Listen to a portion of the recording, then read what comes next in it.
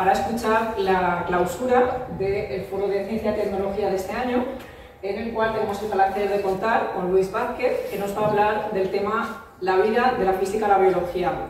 Es una tarea bastante notable intentar resumir el currículum de Luis, porque tiene aproximadamente 11 páginas con una letra bastante apretada que nos cuenta la maravillosa trayectoria académica y profesional que ha realizado a lo largo de varias décadas, ¿no?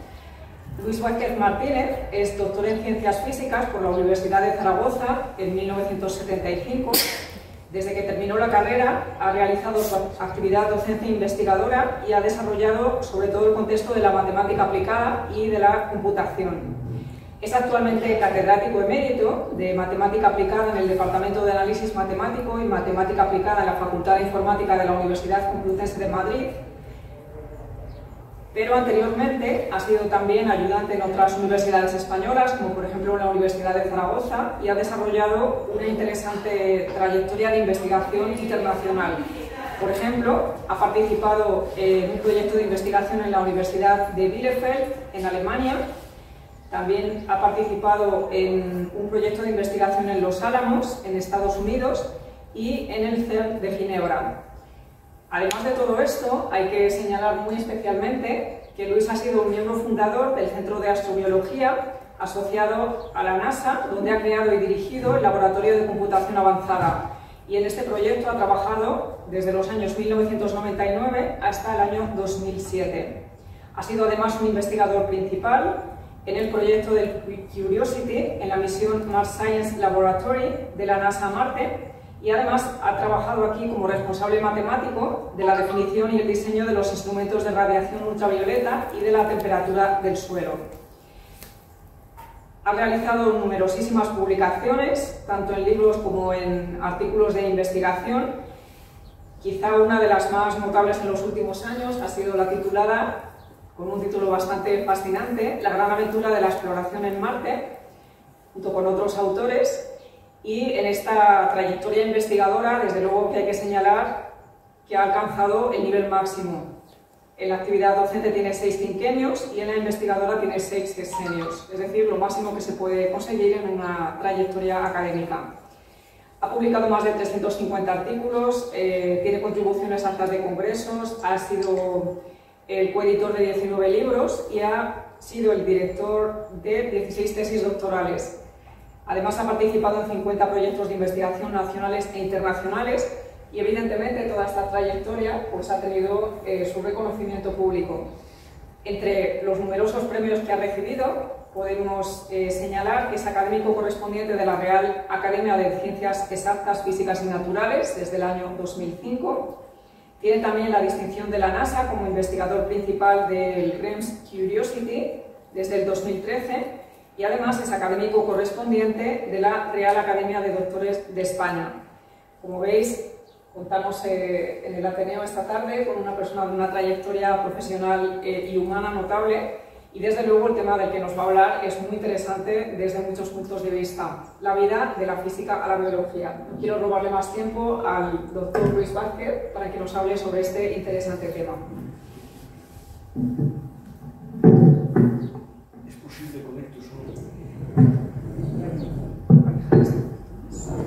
Esta parte voy a hacerla en pie. Muchas gracias. En primer lugar, muy buenas tardes a todos y calurosas. Quiero agradecer al Ateneo y a su presidenta estar aquí hoy. Es para mí un gran honor. Quiero agradecer también el aula, esta sede que tenemos aquí del Ayuntamiento, que nos apoya, y finalmente también quiero agradecer de manera especial a la responsable del área de Ciencia y Tecnología, Pilar, que está aquí con nosotros.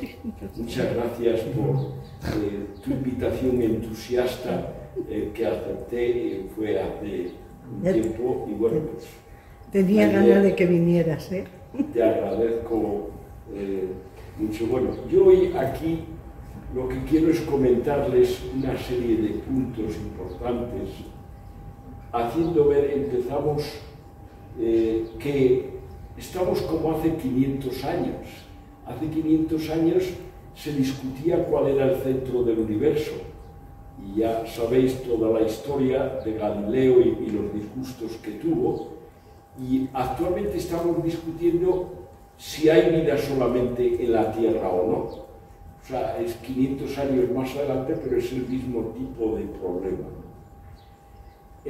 Por otra parte, en el ámbito científico, realmente estamos en una singladura especial que es como hace 200 años. Hace 200 años se tenía un buen conocimiento ya de la física, la astronomía, pero no de la química. Eso era un poco el concepto. Y en todo esto, aquí es late todo ese espíritu de aventura, desde los viajes en barco a otras observaciones, de ver el sentido de dónde venimos, a dónde vamos, cuál es el elemento catalizador de tanto entusiasmo. Es la investigación, espacial, la exploración espacial, es el elemento generador de nuevos rumbos. Y en alguna manera aquí tenemos que posiblemente el próximo hito sea la llegada a Marte. Bueno, no parece... Hay muchos problemas técnicos aún por resolver, pero los problemas técnicos habitualmente son el estímulo para crear nuevos sistemas, nuevas soluciones que pueden aplicarse después en otras áreas. Eso es lo importante y lo bonito de la investigación. Recordemos aquí el estado emocional de la humanidad cuando se empezó con los viajes espaciales, la exploración espacial, pero eso ha traído, por ejemplo, que hoy podamos comunicarnos bien a nivel de satélites. Es decir, sin eso no hubiera podido. Ahora ya se habla del Internet planetario. ¿Y qué es el Internet planetario? Es nada más que utilizar las naves que están girando por ahí como depósitos de información y manejo de todo eso en el entorno espacial. Pero, en alguna manera, cualquier paso abre nuevas ventanas, nuevas puertas. Esto es lo importante. Y en esto me voy a centrar en la cuestión de la vida.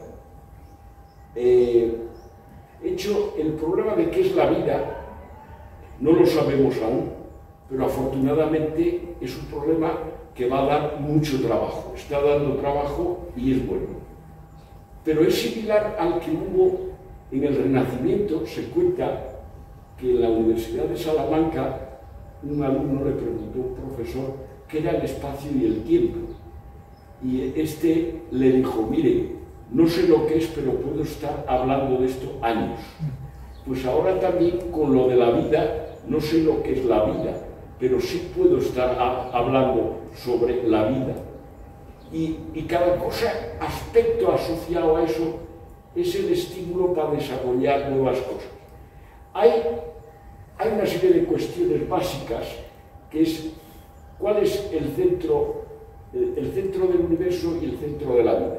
No lo sabemos. Bueno, actualmente con la investigación que se está haciendo, parece que hay candidatos a que pueda haber entornos planetarios donde hay algunas formas de vida.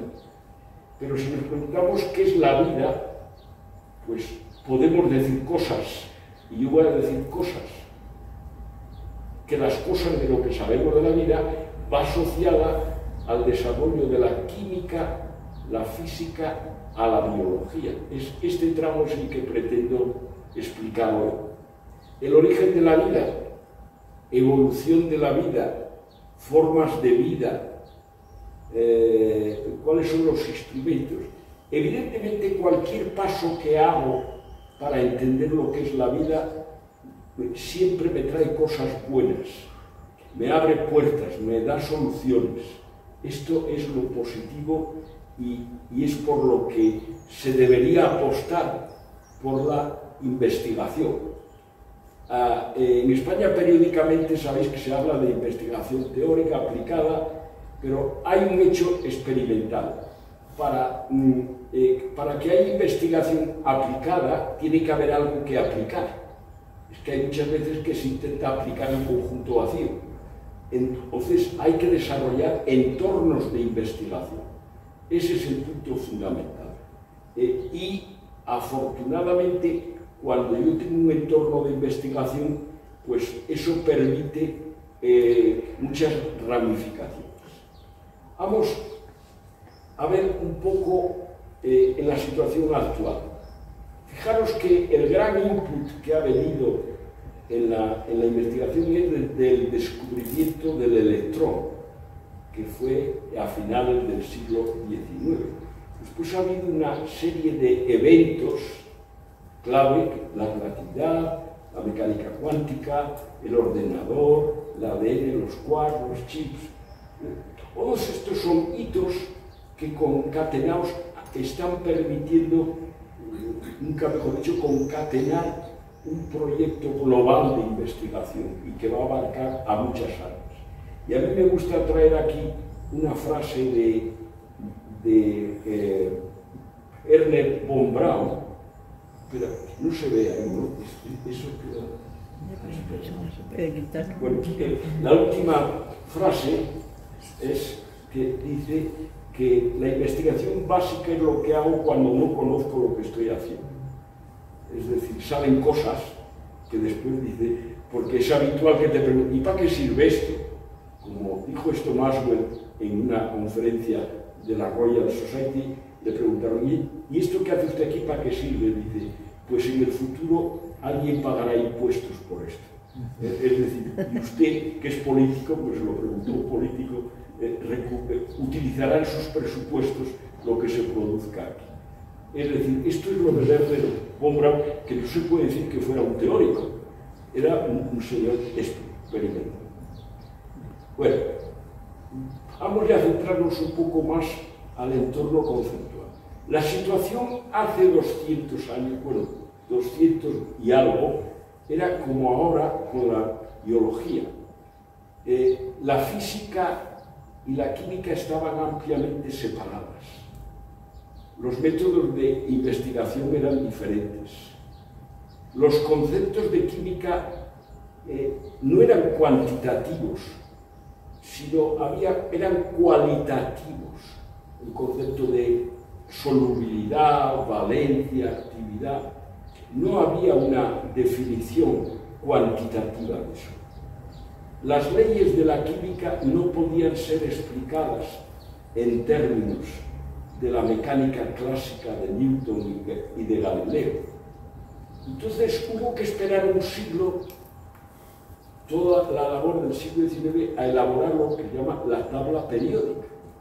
Es decir, todos los elementos químicos que son los ladrillos básicos de todos los compuestos que hay en la naturaleza. Y eso, bueno, pues es obra ingente. De hecho, se celebró hace 2 o 3 años el centenario de la elaboración del sistema periódico, donde aparece la regularidad de los elementos, la estabilidad. Es decir, todo esto se entiende mejor cuando vemos la tabla periódica. Pero eso fue una labor de un siglo. Pero aún con ese sistema no se entendía la química cuantitativamente. Tuvo que llegar la mecánica cuántica. Y gracias a la mecánica cuántica se encontró la primera convergencia conceptual, fusión entre la física y la química. ¿Por qué? Porque hay conceptos que se observan como la estabilidad de un sistema, de un átomo, la emisión de radiación, que solamente pueden hacerse en mecánica cuántica. Aquí quiero hacer el resalte de un aspecto que es fundamental. El periodo del desarrollo de la mecánica cuántica y la relatividad especial y después la general es en la efervescencia intelectual de finales del siglo XIX y comienzos del XX. Habitualmente se presenta la mecánica cuántica y la relatividad como dos cosas esotéricas y diferentes, pero no es así. Y el motivo es el siguiente. Muchos libros, el defecto que hay es que empiezan a explicar una teoría por las paradojas, pero antes tendremos que entender el lenguaje de esa teoría. ¿Qué tienen en común la mecánica cuántica y la relatividad? Un concepto muy básico. Incorporan a la teoría limitaciones de la naturaleza. La relatividad incorpora que no puede haber velocidades superiores a la de la luz, pero como una parte esencial de la teoría. Y la mecánica cuántica incorpora a la teoría el aspecto de la imposibilidad de conocer simultáneamente la velocidad y la posición de una partícula esquemática. Es decir, cada vez que observamos nuevos hechos e incorporamos, por así decirlo, el zumo conceptual que emerge de ello, aparece otra teoría. Y esto abre puertas que parecen imposibles. Basta decir el filósofo, creador del positivismo, Comte, decía que nunca conoceremos lo que es una estrella por dentro, de qué está hecha esa estrella. Bueno, bastó precisamente una mujer que hizo un doctorado en Harvard, que estudió la espectroscopía de los átomos. Es decir, ¿qué quiere decir esto? Un átomo de hidrógeno, un átomo de helio, un átomo de hierro excitado emite radiación. Entonces, si yo observo esa radiación de una estrella, quiere decir que allí hay hierro. Es decir, las leyes de la física son las mismas aquí que en Marte, que en cualquier estrella. Entonces, si yo analizo aquí un efecto de radiación, quiere decir que en la fuente esa es donde hay. Claro, esto a los positivistas les originó un colapso mental, porque de algo que se decía que era imposible, pues es posible. Ahora, hago un paréntesis por un tema, pero que sería la estrella más próxima es Alfa Centauro, y se supone que será imposible saber lo que ocurre en esa estrella. Pues no, va a ser posible con la computación cuántica. ¿Y por qué? Porque ahora precisamente los canadienses y rusos, con permiso de que les dejen dedicarse a ello, ahora están con el famoso radar cuántico. ¿Qué es el radar cuántico? El radar cuántico no es más que tratar de entender lo que pasa en el polo norte, en zonas de grandes fluctuaciones de presión, de temperatura, de vientos y de radiación. Entonces y la idea, se la explicarán, habrán oído hablar del entanglement, de fotones entrelazados. Bueno, ustedes saben que a veces el diálogo, el tipo de vocabulario, a veces se hace muy místico y mítico, como decía aquel escritor del Renacimiento español, debe ser tan bueno porque no se le entiende nada. Es decir, es algo que en el fondo tú generas una fuente de dos fotones. Los fotones son dos partículas de luz. Uno lo envías al polo y otro te lo quedas en el laboratorio. Le haces caricias, que lo tratas bien, y como están en un estado cuántico de entrelazamiento, se comunican entre ellos. Entonces, el que va al polo le comunica al otro lo que está haciendo y se conoce. Tecnológicamente se han hecho muchos avances, aún falta, afortunadamente, porque va a haber trabajo para comunicaciones y para todo, pero esto es un hecho que parecía imposible, pues no con los nuevos desarrollos técnicos así. La mecánica cuántica se desarrolló, hay que decirlo, en los locos años 20. Fue cuando se presentan los locos años 20 como un periodo muy revuelto, fue un periodo fértil intelectualmente, conceptualmente, impresionante. Entonces, la mecánica cuántica hace que los conceptos de la química quedan claros.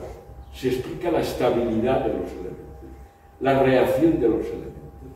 En fin, es algo, no vamos a entrar por aquello, pero la mecánica cuántica es el eslabón conceptual que permite hilvanar la química con la física. Bueno, todo esto va ligado a las escalas, porque en la naturaleza todo es cuestión de a qué escala de espacio trabajo, en qué escala de tiempo yo trabajo. Por ejemplo, lo primero que se entendió en física fueron las fuerzas gravitatorias, el sistema planetario, es decir, estaba el Sol, las trayectorias con la ayuda de Kepler, en fin, Galileo con sus colaboraciones. Todo esto vino en alguna manera que, fijaros que los mayores avances en la observación planetaria vinieron de países donde apenas hace sol, que es el caso de Polonia, por ejemplo. Es curioso, a mí me ha intrigado. He preguntado muchas veces, digo, ¿y por qué? Dice, bueno, es que la gente que no iba al bar, o sea, que estaba por ahí, pero había niebla, que me expliquen a mí un poco variamente. Después ya vinieron las fuerzas electromagnéticas, que son las que unen los electrones y los núcleos en los átomos. La mecánica cuántica es la que permite entender a la escala de átomos. Después viene el núcleo, las fuerzas nucleares, que eso tiene que ver, pues bueno, con la bomba atómica, tiene que ver con la fusión, y bueno, pero es decir, que todo es un fenómeno de escalas de espacio. A medida que bajamos, pues vamos viendo que hay fenómenos diferentes que no entendemos, pero que están ahí. Ya en el 2000, ¿os acordáis del año 2000 mítico que había entre los bancos con el cero y con todas estas cosas que había? Es el año en la que empieza a unirse las matemáticas, física, química hacia la biología. Porque si os fijáis actualmente, la biología está como la química hace 200 años. Maneja conceptos, digamos, cualitativos. Es decir, ¿qué es la vida? ¿Cuál es la expresión genómica mínima? Hay cosas que nos preguntamos, pero que solamente un comportamiento cualitativo. Es decir, los conceptos biológicos no se pueden explicar solamente en términos de física y de química, que es la función de un órgano, pero fijaros que también todo es de escala. Quizás ahí no se puede ver, bueno, es en la línea última que veis, pues antes hemos hablado a escala del sistema solar, atómico, nuclear. Ahora aquí podemos hablar de la célula, los componentes de la célula, los núcleos, y fijaros que esto, bueno, pues se llega al ADN. Hasta que se ha llegado al ADN, pues ha habido un proceso de conocimiento, de investigación, que han abierto nuevas. ¿Un organismo vivo qué es? Bueno, pues caemos en la pregunta de ¿qué es la vida? Bueno, organismos vivos, yo sé cosas de ellos, que tienen muchos niveles de estabilidad. Hay organismos muy grandes, que son estables, otros no son tan estables. Son estructuras complejas quiere decir que están hechos de componentes de diferente tamaño, de diferente interacción, pero el fenómeno biológico no es entendido en términos de la física y la química. Todo progreso en química y física repercute en que sé más cosas en biología. Por ejemplo, el microscopio electrónico. Otros los técnicos, bueno, por ejemplo, ahora estamos en la época del femtosegundo de observar fenómenos. Esto, para entendernos, es la femtoquímica, pero ¿esto qué es? Si os imagináis, ¿os acordáis de la escuela que nos ponían A más B, una flecha, C más D de reacción química? No ponían nunca el igual, porque había que sumar o quitar energía térmica. Pero no podíamos ver un proceso químico. ¿Por qué? Porque la escala de tiempos que son los procesos de reacción son del orden de 10 elevado a menos 15 segundos. Y para poder observar eso hace falta una resolución. Bueno, ya se están observando procesos a 10 elevado a menos 20 segundos. Eso permite, bueno, el ver las reacciones químicas. Eso permite controlar las reacciones. Eso permite diseñar nuevos productos, a fin de cuentas. Y ¿qué es otro aspecto de la vida? La vida introduce conceptos que se salen de la física y la química. El metabolismo. Cuando hablo de vida, hablo de metabolismo, conversión de energía. ¿De dónde toman la energía los seres vivos? Bueno, pues depende. Por ejemplo, aquí me adelanto un poco a los sistemas extremófilos, que viven en condiciones de presión y de temperatura. En España tenemos el más fantástico laboratorio de extremófilos en Río Tinto. La NASA ha estado en un proyecto, yo participé, que era, sabéis que Río Tinto tiene la peculiaridad que no hay microorganismos que viven en un pH del orden de 3, es decir, un pH muy ácido. No es aconsejable entrar, digamos, sin calzado en el río de Torre porque con la acidez te afecta. Basta ir a Río Tinto. Hay cosas buenas de eso. Si vais a Río Tinto, no hay mosquitos, porque el mosquito, al llegar con el pH, aunque sea un estuca, se muere. La gente de las zonas de allá utiliza el agua de Río Tinto, por ejemplo. Claro, no todo el río lleva la misma acidez, hay determinadas zonas, pero, por ejemplo, para problemas de eczemas o cuestiones en la piel, porque, claro, con un pH de ese tan bajo no resiste ningún microorganismo en la piel. O para poner un plato con agua de Río Tinto en la ventana para que no entren los mosquitos. Es decir, que todo tiene su... Bueno, el Museo de Río Tinto merece la pena verlo. Yo es que además, bueno, ahí me convertí en pieza de museo, vaya, o sea, en el sentido que del proyecto aquel que tuvimos cuando éramos más jóvenes en el siglo pasado, pues lo pasamos esto muy bien, ¿no? Pero, por ejemplo, hay la reproducción, sistema de autorreplicación, información, hay almacenar y transmitir información. Es decir, que en la vida intervienen muchos componentes. La adaptación a determinados ambientes, elementos estructurales que necesitamos, en fin, esto en alguna manera, esto después se modeliza, que es cuando, fijaros que de aquí han sacado estos modelos las multinacionales.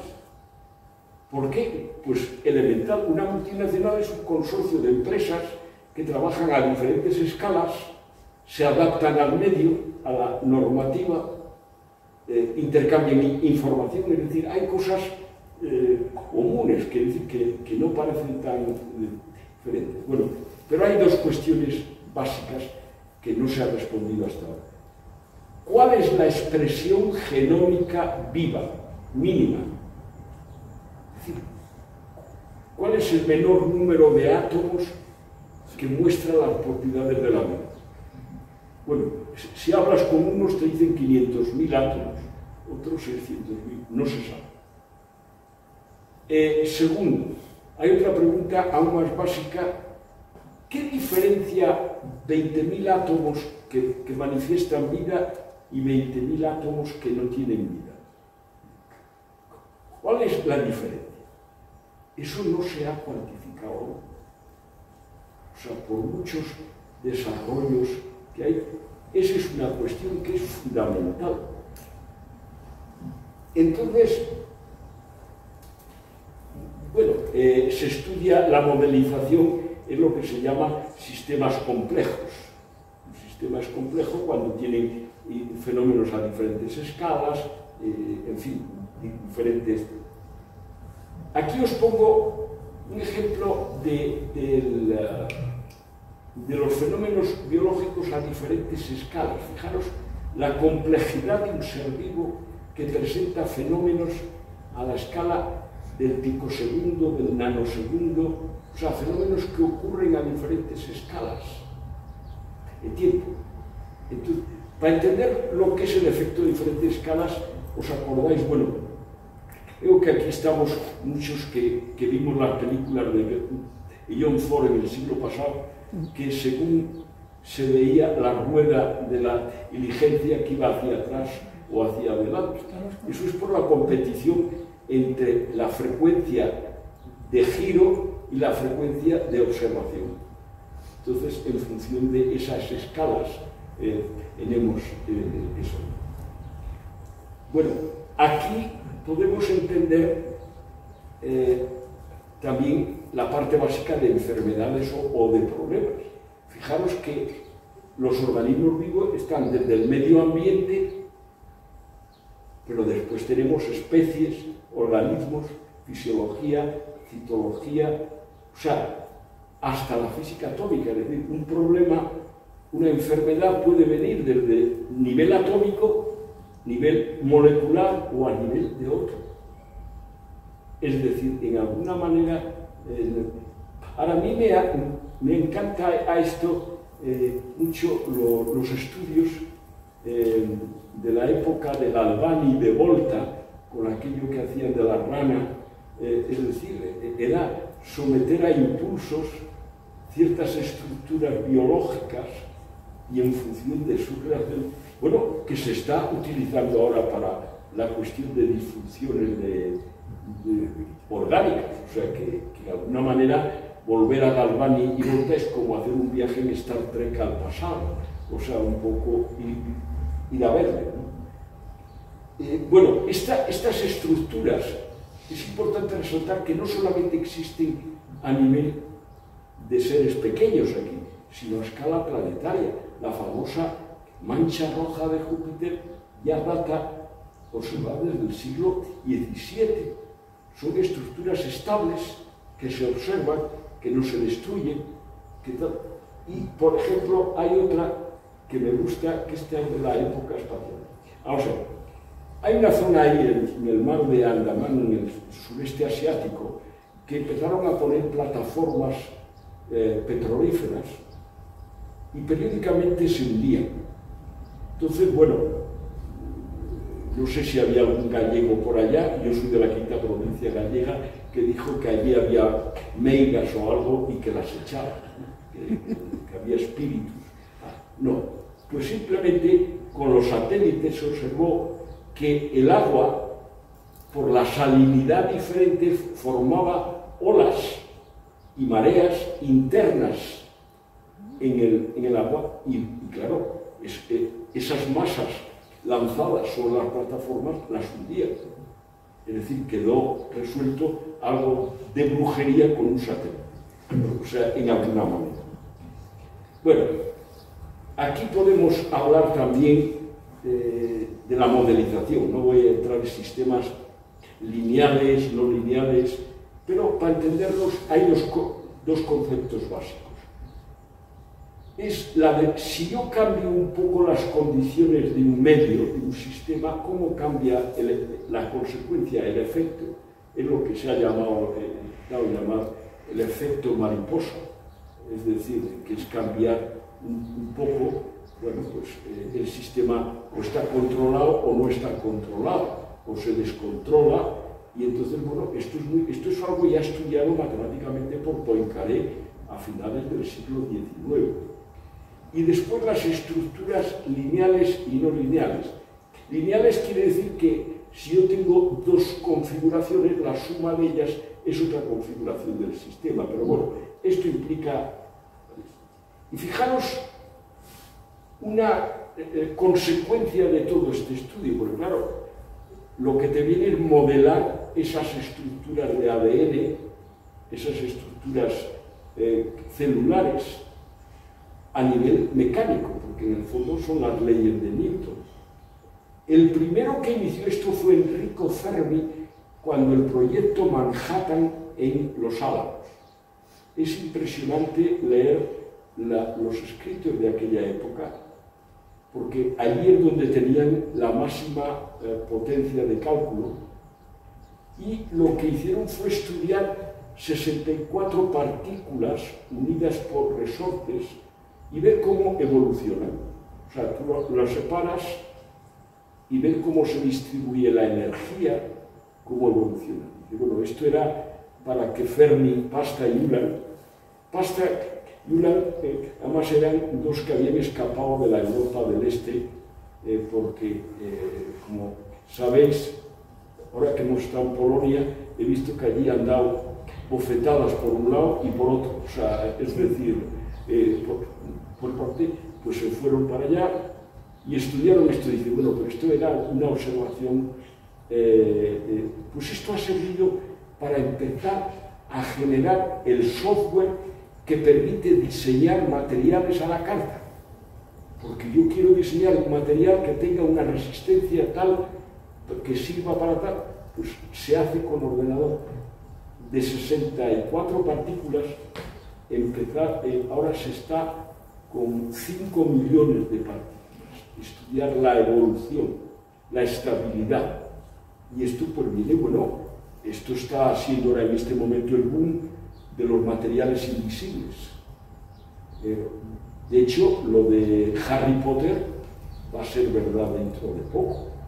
Y bueno, fijaros que es Platón, en el libro segundo, habla del famoso anillo de Giges, que sabéis que fue un pastor que encontró un anillo y empezó a observarse un comportamiento raro, que no le veían, que no le escuchaban, pues, y en El Señor de los Anillos no le menciona, pero es esencialmente el libro segundo de Platón del anillo Giges. Es decir, es configuraciones eso de que hablan del avión invisible. Bueno, es avión invisible en un cierto rango de frecuencias, como fue aquello en la famosa guerra de Yugoslavia, que había unos aviones invisibles, pero para los pastores eran visibles.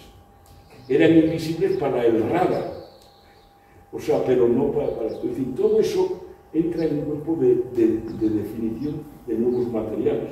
Bueno, los materiales que se utilizan, la supercomputación, la tecnología cloud, comunicaciones, acordaros que estos conceptos van cambiando. Acordaros de la película Houston, tenemos un problema, allí hubo que solucionar en tiempo real una serie de problemas, es decir, que puso sobre la mesa el concepto de desarrollo de computación. Bueno, es decir, hemos llegado al transporte de ideas, no de masa. Es decir, la revolución industrial fue transporte de pesos grandes, que eso ha permitido reducir las hernias, porque claro, cuando se tenía que llevar tanto peso, pero ahora no. En fin, todo esto, podríamos, bueno, aquí es el esquema del Houston. Tenemos un problema, hubo que hacer un análisis teórico, análisis experimental, comunicar, ver, en fin. Es apasionante porque los límites existen en la imaginación.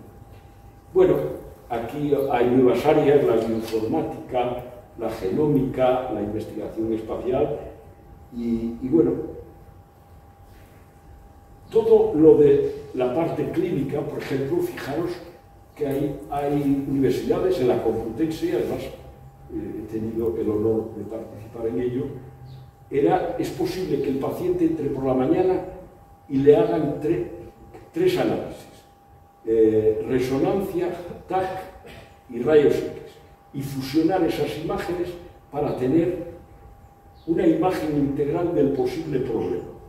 Eso supone comunicaciones a gran escala, almacenaje de datos.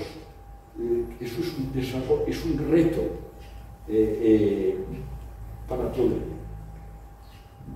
Bueno, esto aquí podríamos comentar. Un aspecto paralelo es la astrobiología. La astrobiología es cuáles son los extremos de la vida en el universo. ¿Hay vida en otros sitios o no? Vamos a ver. Pero hay, aparte que haya mucha literatura, pero hay una cosa importante. ¿Os acordáis? En una de las primeras misiones de Marte se descubrió que había la jarosita en la superficie de Marte. La jarosita la conclusión es que ha habido agua en Marte. ¿Y por qué? Porque las leyes de la química son las mismas aquí que en Marte. De aquí sabemos que si se forma jarosita, ha habido una fase intermedia donde ha habido agua. Y eso en España lo sabemos bien porque la jarosita se descubrió en el barranco del Jaroso, en Almería, por un alemán a finales del siglo XIX. En Huelva también hay jarosita. Entonces se encontró jarosita allí. Esta es la prueba científica de que ha habido agua. En fin, aparte de otras cuestiones. Bueno, resultados recientes. Bueno, sabéis que hubo la gran polémica del meteorito H, de que si manifestaba residuos orgánicos del metabolismo. Eso, bueno, aún está en discusión. La ventaja que ha tenido esto es el desarrollar métodos de precisión para determinar proporciones mínimas de metales en un material cualquiera. Y esto es fantástico porque permite, por ejemplo, analizar pequeñas proporciones de metales en el agua. De hecho, se sabe que los metales, al ser ingeridos, se distribuyen aleatoriamente por el organismo. Entonces, y son causantes de enfermedades neurológicas. Eso es un hecho experimental y conocido. Pues se han desarrollado técnicas de análisis de pequeñas fracciones de átomos. Bueno, y por ejemplo, surgirá la pregunta, ¿cómo sabemos que es un meteorito de Marte? Pues, como diría el elemental Dr. Watson. Porque el meteorito lleva átomos de gases atrapados. Y si lo lleva atrapado, quiere decir que originalmente estuvo en una atmósfera donde había esos gases atrapados. Entonces, conocemos la composición de los gases en Marte por las misiones que han sido enviadas. Y se conoce la ratios, la proporción, el número de gases que hay atrapados en el meteorito. Y a través de ahí ya puedes predecir que es de Marte. Es decir, es el argumento más contundente. Bueno, aquí podríamos... Esto es Río Tinto. Evidentemente aquí veis que se hizo un robot para poder desplazarnos ahí dentro, porque la piel de los pies corría peligro, o sea que en alguna manera se ha analizado. Bueno, este es un sitio enigmático, está al sur de Argentina, y sabéis que España tiene unas sedes en el Antártico, y hay la misión de estudiosos de biología, ingeniería, que van al Polo Sur a estudiar la composición, pues parten de lo que llaman ellos el fin del mundo, Ushuaia, que está al sur. Bueno, esto es como está en el Antártico.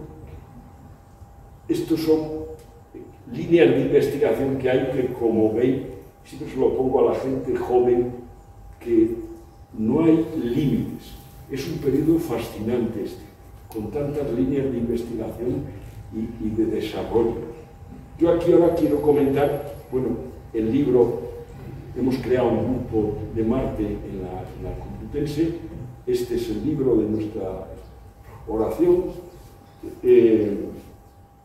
Esto es una patente que hemos sacado ahora y este es su primer artículo. Pero fijaros, ya nos han contactado del área biológica. ¿Por qué? Porque aquí hemos desarrollado unos métodos para cruzar bases de datos de 500 a 1000 gigas. ¿Y cuál era la finalidad de este estudio? Verificar las auroras en Marte, porque en Marte también hay campos magnéticos, no como en la Tierra, están un archipiélago, y entonces cruzando la información de varios instrumentos, pues podemos detectar, pero hay que cruzar 500 gigas, 600 gigas. Esto nos ha permitido colaborar también, que nos lo han pedido hace un año y medio, con la Agencia Espacial de Emiratos Árabes, que ellos han enviado una misión a Marte, Hope, y bueno, lo bonito de la parte espacial es que es muy transdisciplinar, permite colaboraciones a diferentes escalas, y bueno, pues en alguna manera es fantástico. Bueno, y aquí es simplemente, espero estar en tiempo, agradeceros la atención, pero bueno, es un campo donde los límites existen en la imaginación, o sea, es realmente apasionante, y yo siempre digo a los estudiantes que son afortunados, que están viviendo un periodo fascinante, donde hay muchas cosas por hacer y que aprovechen para divertirse con ello. Muchas gracias. Muy bien.